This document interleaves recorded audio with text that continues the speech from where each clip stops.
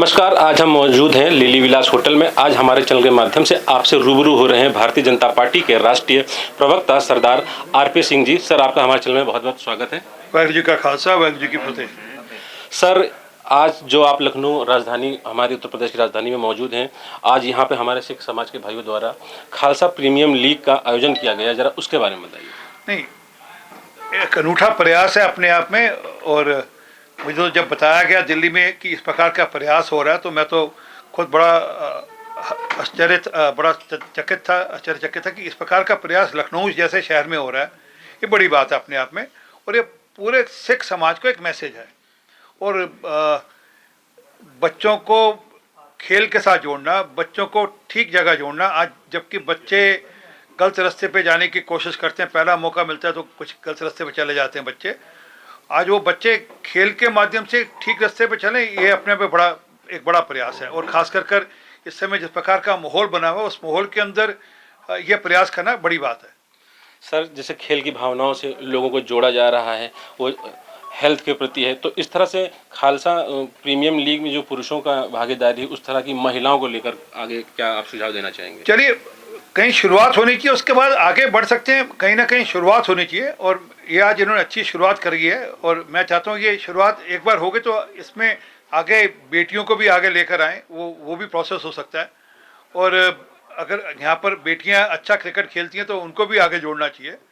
और मेरे ख्याल देश में कहीं और नहीं हो, कभी कोशिश करना अगर लगता हो तो मिक्स लीग भी हो सकती है, मतलब बेटे बेटियाँ मिलकर खेलें। हमारे यहाँ कोई अलग अलग क्यों खेलेंगे? ये भी एक अलग संदेश होता कि इस खालसों ने अपने बेटे बेटियां दोनों को मिलाकर, दोनों बेटियां खेले, बेटा और बेटी दोनों मिलकर खेलें, और एक बड़ा संदेश जाएगा।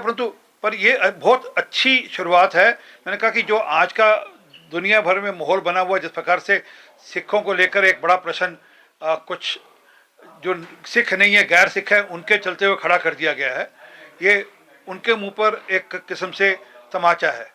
सर, जैसे खालिस्तानी का प्रयोग करके एक ऐसी कौम को टारगेट किया जाता है कि ऐसे लोगों को टारगेट जिनका उससे कोई लेना देना नहीं। मैं तो अवॉइड कर रहा था, आपने शब्द इस्तेमाल कर लिया। मैं तो शब्द बोल नहीं रहा था, मैं तो इंगित कर रहा था। परंतु मेरा मानना है कि जो गिने चुने लोग खालिस्तान की बात करते हैं वो सिख नहीं है। शरारत के रूप में फंडेड किए जा रहे हैं लोग, और उसमें वो पैसे के चलते हुए शरारत के रूप में सब मांग वांग करते हैं। ये जो खालसा लीग है, ये उन सब लोगों के मुंह पे एक तमाचा है। और ये लखनऊ के जो सिखों ने बड़ा संदेश दिया दुनिया को आज कि हमारा वो सारा जो पड़पंच है उसका जवाब हमारा खालसा लीग है।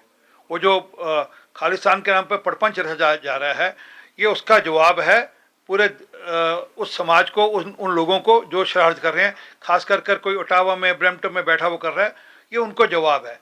अगर उनके मन में जेन्युइनली सिखों के प्रति कोई भावना होती तो पंजाब के हर गांव के अंदर वे खेलों को प्रोत्साहित करते हैं ना। वहाँ पर जहाँ पंजाब में आज नशा के कारण से हालत ख़राब है, वहाँ पर आप बच्चों को प्रोत्साहित करते, जहाँ जहाँ देश में सिख बच्चे हैं उनको प्रोत्साहित करते कि आप खेलों में की ओर बढ़ें और नशे से दूर हटें। ऐसा तो कर नहीं रहे। और खालसा लीग जब नाम जाता है तो लोगों के मन में एक सत्कार आता है, और जब खालिस्तान जाता है तो लोग उसको घृणा करते हैं। हम लोग समाज में, हम लोगों ने जितनी शहादतें दी हैं, मैं आज आपकी जानकारी में देता हूँ। 1885 में कांग्रेस बनी थी, जो अंग्रेजों ने बनाई थी। 1872 के अंदर 60 सिखों को तोप के गोले से उड़ाया गया था। 60 सिखों को। ये इतिहास में कहीं बनने नहीं आता, देश की आज़ादी के इतिहास में, कि कांग्रेस के बनने के 13 साल पहले सिखों को तोप के गोले से उड़ा दिया गया था। और देश में अकेला एक इंसान था जहाँ पे देश की आज़ादी के लिए किसी को तोप से गोले से उड़ाया गया। वो हमारे सिख बंधु थे। हमारे उसमें एक 12 साल का बच्चा भी था उसमें। जब उसका तोप के गोले के आगे रखा गया, उसका कद छोटा था तो खुद उठाकर पत्थर ले और पत्थर के ऊपर खड़ा हो गया। बोले आपका तोप मेरे तक नहीं आ रही, ये लो मैं पत्थर के ऊपर खड़ा हो रहा हूँ, चलाओ। तो हमारी तो वो कौम है। और ये जो आज कुछ लोग कहते हैं कि खादी की बात हमने करी, ये भी ध्यान में ला दूँ, खद्दर की बात सबसे पहले कूका सदारों ने 1873 में करी थी, जब कांग्रेस के सपने में भी नहीं होगा कि देश की आज़ादी की लड़ाई के अंदर खादी एक बड़ा रोल प्ले है। तब उन्होंने विदेशी वस्तुओं का बहिष्कार किया था 1873 में कूकों ने, जो कि बाद में जिनको हम नामदारी भी कहते हैं। तो इस देश की आज़ादी के अंदर सिखों की बड़ी कंट्रीब्यूशन है। देश के अंदर आज़ादी के अंदर सबसे ज़्यादा किसी ने काला पानी जेल काटी तो सिखों ने काटी, सबसे ज़्यादा कोई फांसी पर चलो सिख चढ़े। आप ऐसा सोचो कि अंग्रेज कुछ लोगों को गाड़ी में, रेलगाड़ी में लेकर आ रहे थे, उस रेलगाड़ी के आगे बैठ के भैया हमने इनको लंगर से खाना है और शहादतें दे दी। तो ये इतिहास लोगों तक जाए, ये वर्णन लोगों तक जाए, ये जरूरी है। ना कि ये जो कुछ मुट्ठी भर, मतलब मुट्ठी भर मैं कहता हूँ, देश में तो कुल मिलाकर कोई 20, 25, 50, 100 लोग होंगे, विदेश के अंदर कुछ मिलाकर कोई 4-5 हज़ार लोग होंगे। अभी जो हाल में उन्होंने सो कॉल्ड प्रोटेस्ट किया, मैंने उसमें गिनती गिनवाई, कुल मिलाकर 26 लोग थे उस प्रोटेस्ट के अंदर, जो अभी ओटावा के अंदर प्रोटेस्ट किया, कुल मिलाकर 26 लोग, और हल्ला करते हैं। और अफसोस है कि कुछ विदेशी ताकतें उनका साथ दे रही है, पर वह ये भूल रही है कि अपने पिछवाड़े में सांप पालोगे तो आपको भी डसेगा। वो कनिष्का बम कांड नहीं भूलना चाहिए, जिसके अंदर 300 से ज़्यादा लोग मारे गए थे, 268 जिसमें कैनेडियन थे। और जब वहाँ पर लोगों को पहले से कहा गया, मतलब इस प्रकार का मामला है, भारत सरकार ने 1982 के अंदर उनको चिट्ठियाँ लगी, उसको नज़रअंदाज किया गया। इन्हीं ट्रूडो साहब के पिताजी ने नज़रअंदाज किया, और बाद में बम कांड हुआ, उन लोगों के खिलाफ कोई एक्शन भी नहीं लिया उन्होंने। तो हमारा तो एक अच्छा इतिहास है, और हम चाहते हैं कि इतिहास का वो पक्ष भी देश और समाज के सामने जाए। और खालसा लीग अपने आप में एक नया अनूठा प्रयोग है, और मैं अपेक्षा करूंगा कि ये संदेश हर साल, अब ये क्योंकि इन्होंने शुरू कर दिया काम, दमन जी ने और बाकी इनके साथियों ने यहाँ पर मिलकर शुरू कर दिया काम, तो ये मैसेज अब हर साल ये बढ़ाएं इस बात को। मैंने आज इन लोगों से, सब अपने जो सिख बंधु से एक निवेदन और भी किया कि इस बार श्री गुरु नानक देव जी के गुरुपुरब पर आप, गुरुपुरब हम गुरुद्वारे में मनाएं, बहुत अच्छी बात, हम गुरु का लंगर लगाएं, बहुत अच्छी बात, हम नगर कीर्तन करें, बहुत अच्छी बात, परंतु आस पड़ोस के 5 घर इधर, 5 घर दाएं, 5 घर बाएं, हम कुछ मिठाई भी लेकर जाएं और उनको बताएं कि आज हमारे गुरु का जन्मदिन है, आज गुरु का हमारा गुरुपुरब है, क्योंकि हमारे गुरुपुरब कहा जाता है, उनकी भाषा के लिए, सुविधा के लिए कह दिया। तो वो मैसेज लेकर भी जाएं और उन तक वो संदेश भी पहुँचाएं।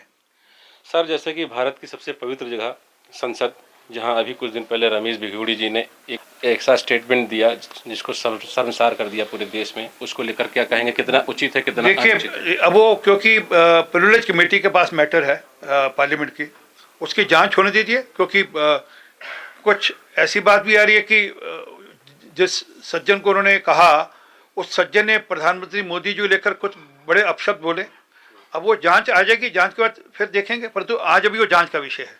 सर, मणिपुर हिंसा में आज बीजेपी कार्यालय को वहां के उपद्रवियों ने जला दिया है, और वहां की हिंसा रुकने का नाम नहीं ले रही है, तो उस पर क्या कार्रवाई क्यों नहीं हो पा रही? देखिए, सरकार वहाँ इस मामले में जागृत है और उन्होंने सख्त से सख्त कार्रवाई कर रही है।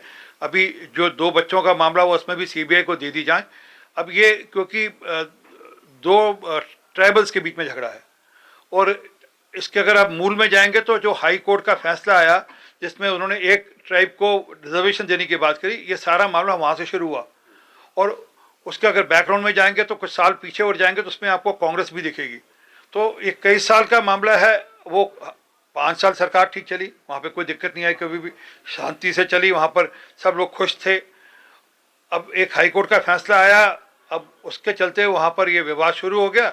अब उसका चीज़ें ठीक होते, रास्ते पे आते, जब चीज़ें बिगड़ जाती हैं तो रास्ते पे आते थोड़ा समय लगता है, परंतु मुझे लगता है कि अब जैसे अभी जो इंस्टांस हुआ, कोई 1.5 महीने में पिछले कुछ नहीं हुआ, अब दोबारा से इंस्टांस हो गया, तो मुझे अपेक्षा है कि चीज़ें आस्ता आस्ता ठीक होंगी और सरकार वहाँ की चिंता करेगी। सर, हमारे चैनल के माध्यम से आप उन युवाओं को क्या संदेश देना चाहेंगे जो नशे की ओर बढ़ रहे हैं? ना तो उनको अपने स्वास्थ्य के प्रति कोई चिंता है, ना पढ़ाई के प्रति चिंता है, ना समाज के प्रति चिंता है। देखिए, नशा सिर्फ उस युवा को ही नहीं खा रहा है, उसके परिवार को भी तंग खा रहा है, उस समाज को भी खा रहा है। वो ये सोचे कि वो नशा खा तो लेता है, परंतु बाद में उसके शरीर को खाता है, उसके दिमाग को खाता है, उसकी बुद्धि को खाता है, उसकी आत्मा को खाता है, उसके परिवार को खाता है। फिर वो घर से सामान उठाकर चोरी भी करता है, फिर समाज में भी गड़बड़ करता है। अब ये एक ऐसी समस्या है जिसका लेकर कोई क्विक फिक्स सोल्यूशन नहीं है। मेरा निवेदन है कि वो युवा तो चिंता करे, क्योंकि उस हालत में रहता है कि जहाँ चिंता करने की उसकी स्थिति नहीं रहती, परंतु जहाँ उसका परिवार रहता है, वहाँ के जो समाज के लोग हैं, जरा वो आगे बढ़कर चिंता करें। और यहाँ की सरकार भी चिंता करती है, ऐसे युवाओं को ऐसे केंद्रों में भेजने की भी चिंता करती है जहाँ पर उनका इलाज होता है, परंतु वहाँ का समाज इनिशिएटिव लेकर उस पर चिंता करे। और मैं निवेदन करूंगा जहाँ पर कहीं सिख हैं तो वो जरा टारगेट मतलब जरा चिन्हित कर कर उन युवाओं की चिंता करें। हमारे साथ जुड़ने के लिए सर बहुत बहुत धन्यवाद। बहुत बहुत धन्यवाद आपका। वाहिगुरू जी का खालसा। आप इस खबर को देख रहे थे द डेली न्यूज़ पे। मैं अविनाश सिद्धार्थ, लखनऊ से। कैमरामैन सुमित के साथ धन्यवाद।